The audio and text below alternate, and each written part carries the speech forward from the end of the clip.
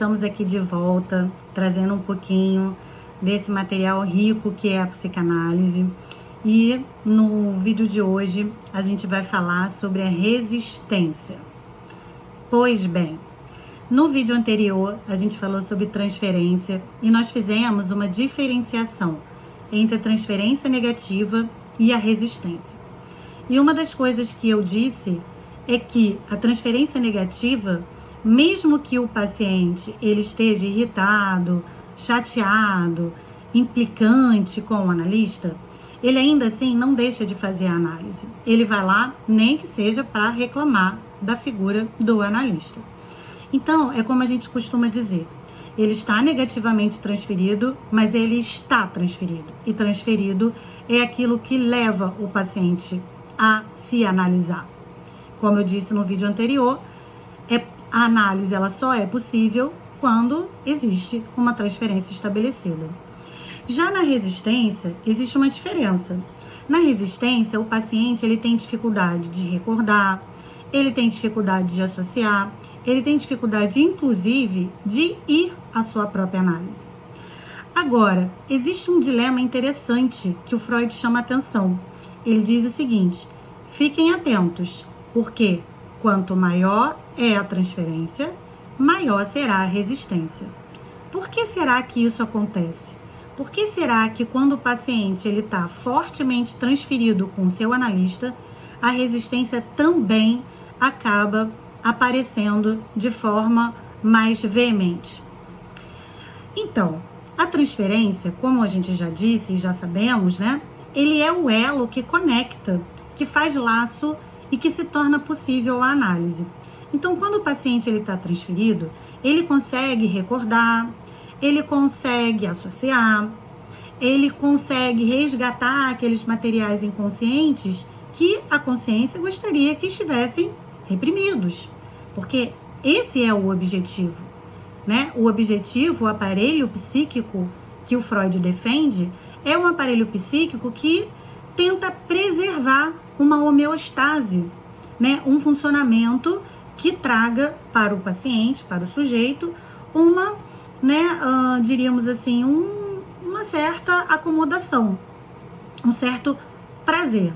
Então, tudo aquilo que é, né, para o aparelho psíquico desprazeroso, ele vai manter fora do alcance, né, da consciência desse paciente.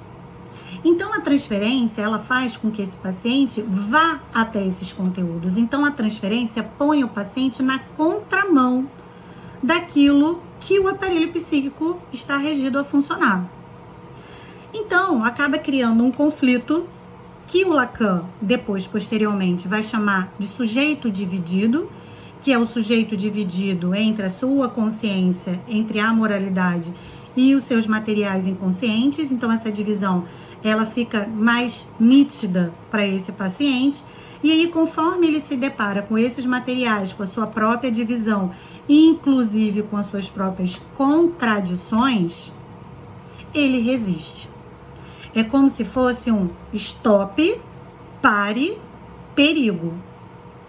Então, a resistência, ela é, na verdade, um sinal de perigo, um sinal de que, opa, aquele material que eu, a duras custas, fiz ficar fora da consciência, está querendo aparecer.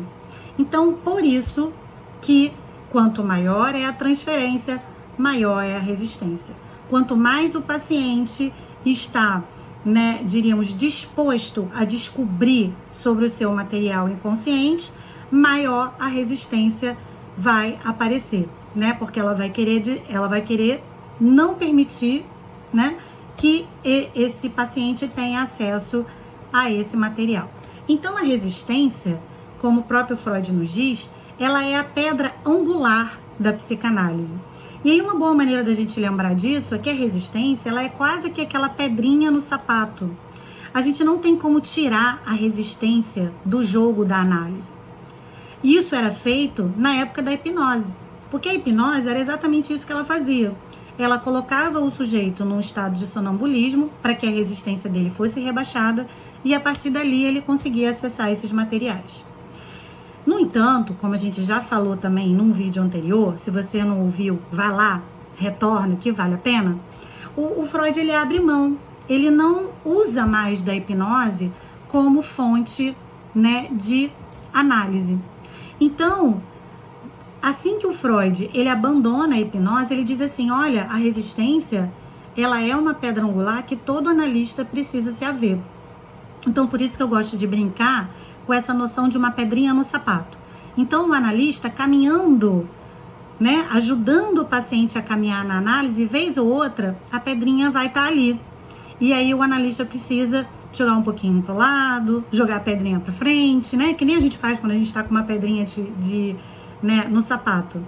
Então, esse manejo de pedrinha é o que a gente chama de trabalho analítico.